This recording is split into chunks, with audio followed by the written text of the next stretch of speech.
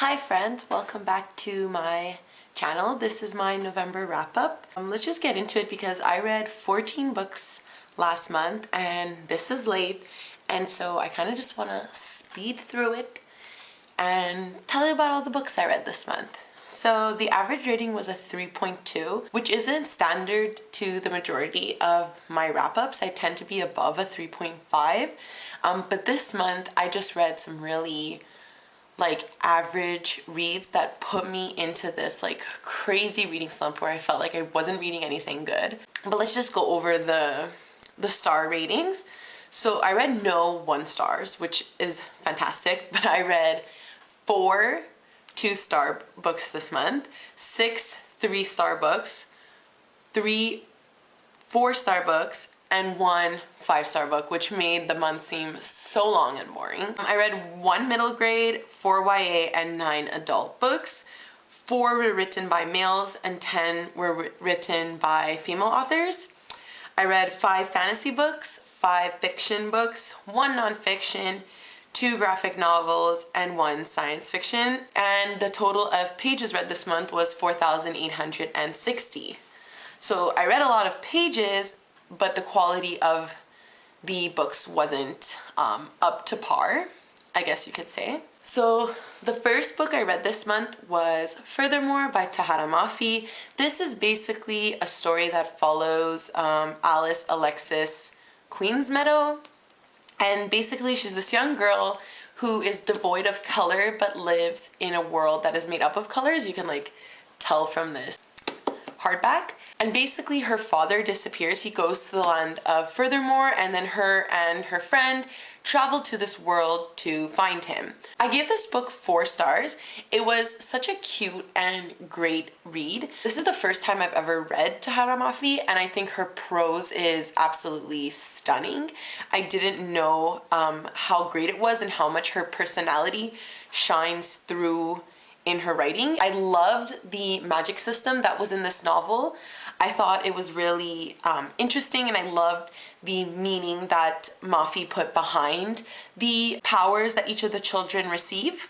The novel did end in a really quick and non-consequential kind of ending, which I guess makes sense because it is a middle grade novel and I'm not expecting these extravagant intricacies. It's the plot and the narration style that really made it for me with this novel, and so that's why I give it 4 stars. I really recommend it. I think it's fucking cute. The next novel I read this month is Potiki by Patricia Grace. I read this for my Australian and New Zealand literature class. Basically, this is a story that follows multiple narrations, but is generally about this community of Aboriginals in New Zealand. And it follows both what happens when dollar men or salary men come into a native space and take over, and it also follows another character that kind of has this Jesus, Maori god kind of meaning behind his birth and death. It is really interesting. I gave it 3.5 stars because I think Patricia Grace captures the oral tradition of the Maori people, and her dreamy prose really works with this kind of narrative. I think that there were important topics that were discussed in the novel, which is kind of what we go over in class. Native spaces and liminal spaces and what it means to own a land but not contractually own a land. This novel isn't the most accessible to Western audiences. There's a lot of Maori words thrown into the novel. It's based on one of their gods, and I think it's not supposed to be. I think you're supposed to feel this wall that is between 2 cultures, because at its core, it's a novel for and of a people, and it's powerful because of that reason. And I just think this was a really interesting novel to read, and I gave it 3.5 stars. The next novel I read, I also gave 3.5 stars. It's The Sweet Far Thing by Libba Bray.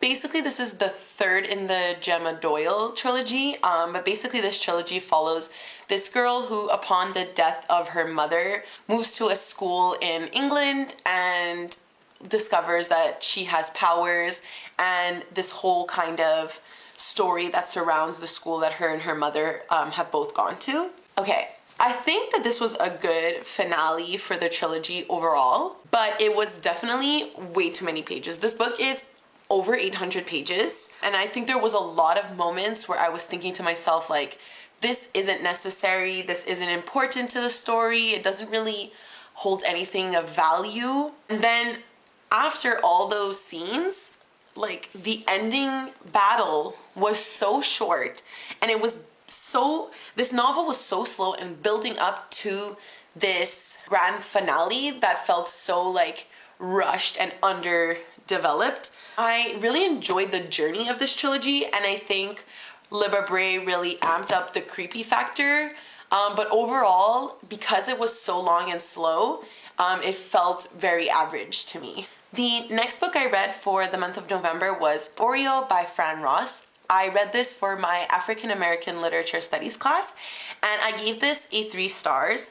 I don't have much to say about this book because I think there's a lot of it that went over my head, and I hate saying that because it's like, I do understand the point of the novel, but I think appreciation really like flew over me. I really enjoyed the humor that is played with within the novel, and I love that it's a play on a Greek tragedy of Theseus, and I think that it was really done well. But there were a lot of play on words and like an extremely convoluted plot that both worked and didn't work, and I'm not upset that I read it. I actually did enjoy it. I thought it was really fun, but like I said, I just think a lot of things went over my head and I couldn't fully appreciate what this novel brought. The next book I read in the month of November was a huge disappointment. It is Bird by Bird by Anne Lamott. This is basically like half autobiography, half writing advice, I guess you could say. And I am just so disappointed because this is one of the novels that people will always request to you if you are looking for novels on the art of writing. And this just did not live up to the hype. Like, I guess it might be my own fault because I put a lot of expectations onto this novel and expected it to be this grand thing that was gonna save my writing, and it was just really average. And I think because I've read so many books on the craft of writing that this was just kind of like, it didn't bring anything new to the table, and I think that that is what made it the most disappointing because I put it so highly in my head. So, I mean, I think if you've never read anything on writing, this can be extremely profound for you. But if you have, it's just kind of recycling the same ideas you've read before. After that, I read The Language of Thorns by Leigh Bardugo. I picked this one up because King of Scars is coming out in January, and I really wanted to catch up on the series. If you've watched a wrap-up from me before where I've included a short story collection, I tend to always genuinely rate my short stories the same. They're within a 3 and a 3.5 range because there will always be stories that you like and stories that you don't like. And I think in the case of this book, there were definitely stories that were kind of filler stories. They were nice and they were cute retellings of like books that we know or stories that we know, and I thought that it was a nice play on them. I don't think they brought anything new to the Grisha universe or really changed the original story at all, that it kind of didn't captivate me in a way. The one that I really adored was the retelling of Ursula, and it was called When Water Sang Fire, and I think that that one was done absolutely perfect. I gave that short story 5 out of 5 stars. I thought it was fantastic, and I would definitely read this if you are really into the Grishaverse and want like some cute, fun short stories and where some of them pack like a really good punch. After that, I read another disappointing read for me. It was A Little Life by Hanya Yanagihara. I gave this one 3 stars, and I feel really bad giving it this low rating because I see how sad this novel is, and I see how it can be extremely meaningful to people. That being said, it took me so fucking long to read this book, and I partially blame my slump this month on this book. I didn't identify with any of the characters, and I felt really disconnected throughout the entire novel. There were scenes that definitely packed a punch. This is a really emo story, but the majority of the novel felt long and unnecessary. Like, it's like 700 pages and I just feel like there were scenes in here that really didn't need to be added. Like, I understand that they added to the main character. The characters are either really evil or really nice, and it made reading a novel of 700 pages very hard to identify with, because there was really nothing that I myself could identify with, because there was such this huge dichotomy between different characters. I understand what Yanagihara was getting at, and it is a very, very emotional novel. So I do feel bad giving it such a low rating to such a beloved novel, but I really felt like bleh coming out of this one. The good thing is, after I read that novel, I read my first 5-star of the month, which was The Tiger's Daughter by K. Arsenault Rivera. This novel, okay, so I read this as a buddy read with Skeptical Bookworm and Vanessa on YouTube, and I will link them down below. I went into this knowing absolutely nothing. Vanessa had hauled this in one of her hauls, and I had just gotten it like a couple months before, and I'm like, oh my god, if you wanna buddy read it, I'm down. I really want to read this novel. I know nothing about it, and I'm so happy I went into this novel not knowing anything. It is so goddamn beautiful. Basically, this is a story written in letters between one girl and another girl, and they are lovers. It was a love story, a fantasy story, a coming of age story, and it all flows together so wonderfully through the novel, and it has such beautiful prose. I'm really in shock by this novel. I just fell head over heels with it. I think Rivera did a fantastic job keeping me completely engaged the entire novel. Like, it's not small, it's 500 pages, and it was just an amazing and beautiful sapphic love story. It's the most I could say, and I can't wait to continue in this series. I highly recommend this if you love like fantasy romance, I guess you could say. After that, I kind of wanted to read something like quick and easy and just generally fun. So I read volumes 2 and 3 of Rat Queens. So I have a little problem with Rat Queens because the first volume really was not my cup of tea. It really didn't do anything for me. I felt like the relationships in the novel were really underdeveloped, and characters were like loving each other and like willing to like risk their lives, but like we didn't see any insights in their relationship, and I felt like that was really clear in volume 2. I really like the characters, and I enjoyed this one more than the first volume because I really liked Hannah and Violet's flashbacks within it. However, similar to the first volume, I feel like the stories and the relationships were all over the place and I couldn't really keep up, and I felt like the issues didn't flow well together in making up this volume, and I found myself like not caring about the relationships because they're so underdeveloped.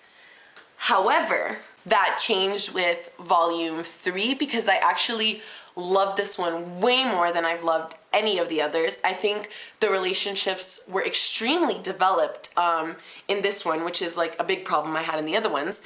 And the story definitely felt like it was going places, and all the issues felt connected and as a whole. And I might be a tiny bit biased because it follows my favorite character, which is Hannah. So I think arguably that could be why I found this plot the most interesting. But I wasn't sure if I was going to continue after this volume at all because I'd already had it at home, so that's why I'd read it. But I actually really liked it, so now I have to get volume 4, which I didn't plan on. And then after that, I read another disappointing read, which was A Wild Sheep Chase by Haruki Murakami. I gave this one a 2.5 stars. I'm really disappointed because I really enjoy Murakami and I like his writing, and I just don't know what happened with this book. Like, his writing has always been weird. Everything I've read has been weird, but this was definitely the weirdest. 200 pages of the novel to finally get to the chase of the sheep. I realize I'm not talking about these books at all. This one is about a man who travels to Hokkaido to catch a sheep that has a star on his back, basically. And it took 200 pages to get to that point, and then it was resolved like half-assedly, I'd say. And it was just really weird and unsatisfying. Like, I could push through Murakami's weirdness when I have such satisfying relationships and endings, and this just really was not it. And then I also gave The Sellout by Paul Beatty 2 stars. I read this for my African American literature studies class, and this one is basically about a man who ends up going to the Supreme Court because, ironically, he has owned a slave. So it was extremely ironic and supposed to be like humorous, and I thought this novel was really fun and really satirical and really creative, but with every chapter it just became more and more repetitive. So my camera battery died and I needed to charge it, so if the angle is a bit different, I'm sorry. Basically, I was talking about The Sellout by Paul Beatty, and that's pretty much it. I have no real criticism for it because I think that the humor and the work of the novel just wasn't for me, so that's why it remains at a 2 star. I also read The Wicked Deep by Shea Earnshaw this month, and I gave it 4.5 stars. This is basically a novel that follows this girl who lives in this like secluded town in the Pacific Northwest. And 200 years before the events of this novel, 3 sisters were drowned in the river for being witches, and every year since then, they come back every June and drown 3 boys in the river.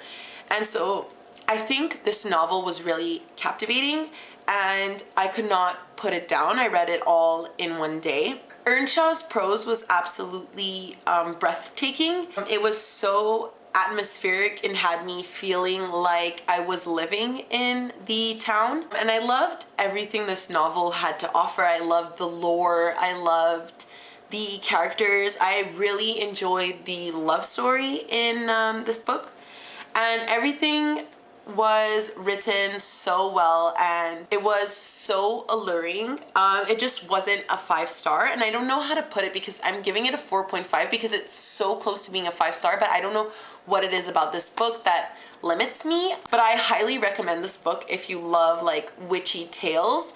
I think that this is definitely up your alley. It's fantastic. And then finally, the last book I read in November was Stars in Her Eyes by Claire C. Marshall. This is written by a Canadian author whom I met at Montreal Comic Con this summer, and I always love supporting like Canadian artists or like indie artists, and when they offer to sell me their first book, I always jump at the chance to read it. And I commend authors who go the independent publishing route because I know that it is wicked hard to get your book published. And I don't think her book was bad by any means. In fact, I think the novel had a really interesting concept and could have worked really well. It's like reminiscent of X-Men in space, which is an element that I really enjoyed. I did think the novel was an easy and fast-paced read, but I think that that is where it falters. I know I complained a lot about books that I read this month that were too long, but this one really could have used another 200 to 300 pages to further develop a lot of the issues that I have with the book. It kind of dives into the story with no development. Ingrid, like, the story starts off where she's entering this college, and then like 20 pages later she's in space fighting aliens, and it just was so fast-paced. It happens over like a day or two. A lot of things weren't explained by peers, like they were kind of leaving Ingrid out of what like stuff was happening. I understand this was her debut novel and it was written in 2013, so her writing has certainly improved since then, but I don't think that I will be continuing the series because I read such an underdeveloped book. And now I'm gonna get into my December TBR. I'm not gonna make a separate video for this because I'm only reading like one major series and a couple of extra books, so it's really not too big of a deal. So I finished The Stone Sky by N.K. Jemisin already this month, and basically it's the finale of the Broken Earth trilogy, which follows Esun and her journey as kind of this magician of this future world. and it's controlled every year by these seasons that happen that destroy the world, and this is the best way I could describe it. Anyways, I'll get into that in my wrap-up. I am currently in the middle of Morning Star by Pierce Brown. This is also the third in a trilogy, the Red Rising trilogy. And basically the Red Rising trilogy is kind of like the Hunger Games. It's about Darrow, who is a Red on Mars, and he's the lowest of the low, and he finds out that the world is not what it seems, and that they are actually slaves and controlled by the Golds, which are the highest form of society. And basically Darrow's goal is to become a Gold and dismantle the system.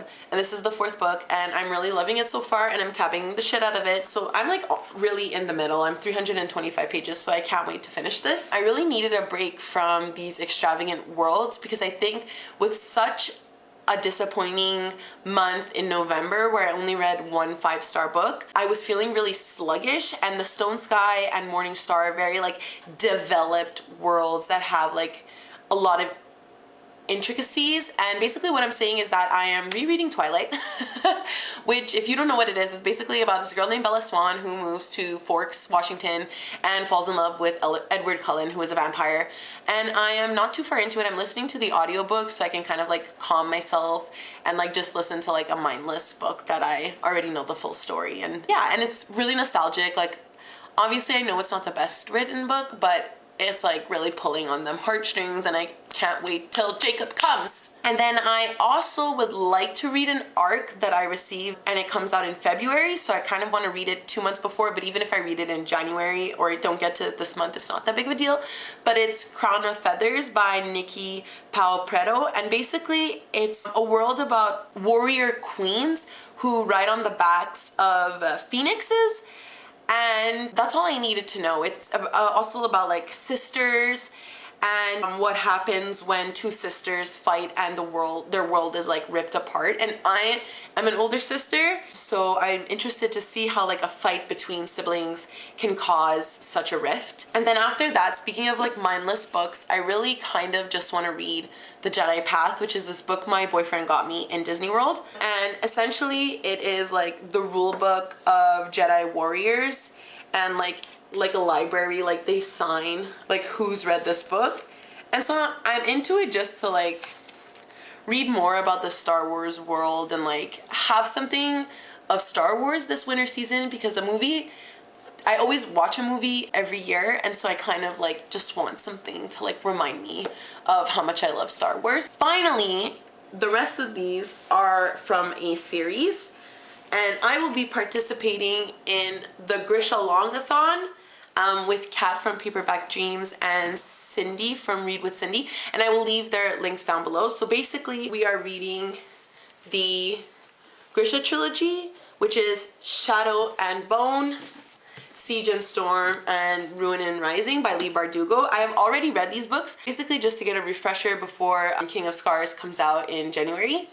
These ones are about Alina Starkov and how she discovers that she is a Grisha, and she learns how to control her power. And then the Six of Crow duology, which has Six of Crows and Crooked Kingdom, are basically about 6 teenagers who pull off a heist trying to capture something of value. And this is one of my favorite series. I love it so much, and I can't wait to reread it. And basically that's it. That's all. This video is super long, so I'm just gonna let you guys go. Click subscribe if you want to. Dislike the video. I don't care. Fight with me in the comments. I love to debate, and I will see you next time. Bye!